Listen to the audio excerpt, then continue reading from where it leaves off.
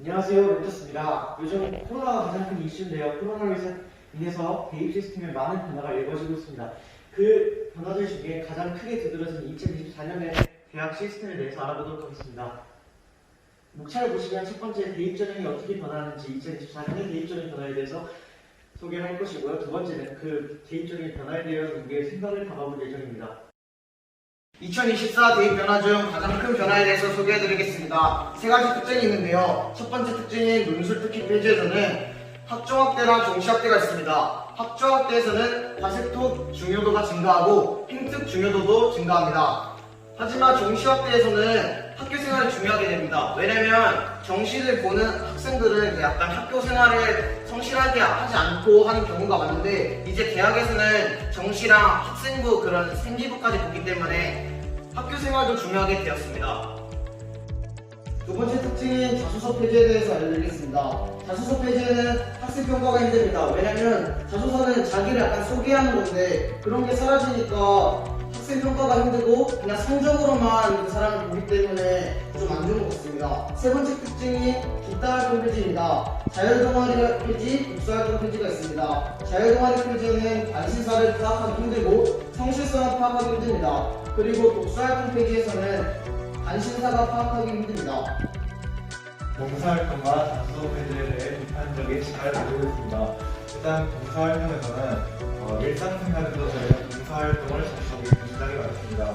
하지만 학교에서도 봉사활동을 접하기 어렵게 된다면 봉사 정신을 키우는 되게 어려울 것 같습니다. 그리고 자소서 페이지에 대해도 생각을 가지고 있는데 저희에 대한 어필, 그다음에 저희의 관심을 표현하기 어렵다고 생각합니다.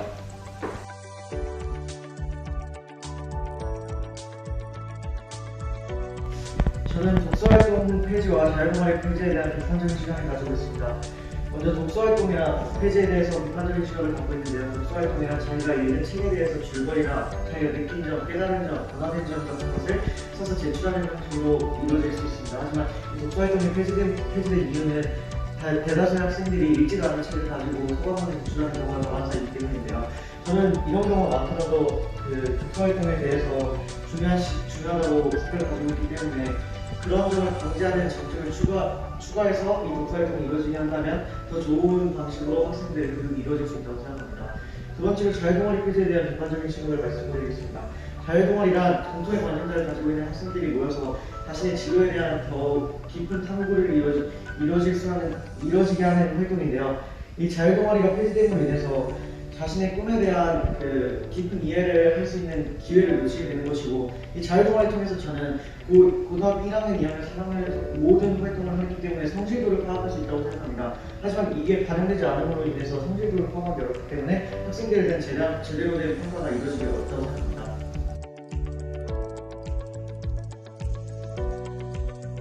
저는 자소서 페이지와 정시학대에 대해서 안 좋은 시각을 가졌습니다.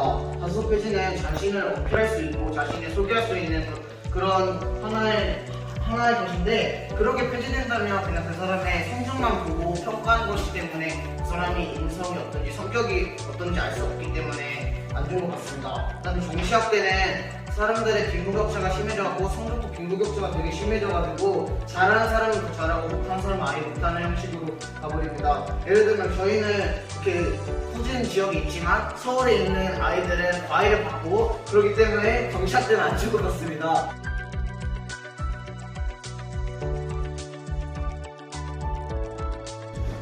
저는 이번 대입 전형의 변화 중에 독서활동과 논술특기 전형의 폐지에 관해서 얘기해보려고 하는데요. 독서활동은 제가 책을 읽으면서 경험이 쌓이고 정말 지식이 쌓이는 큰 도움이 됐습니다. 그런데 이렇게 독서활동 기록을 폐지하게 되면 억지로라도 책을 읽는 사람들이 줄어들게 될 것이고, 그렇게 되면 지식과 문학적 감상이 줄어들게 될 것입니다. 두 번째로 논술특기 전형의 폐지에 대해서 말해보려고 하는데요. 수능이나 수시로 대학에 가기 힘든 학생들에게 논술과 특기 전형은 또 다른 기회가 될 수 있습니다. 하지만 이런 기회를 폐지하고 수능과 수시에 몰빵하는 것은 별로 좋지 않다고 생각합니다.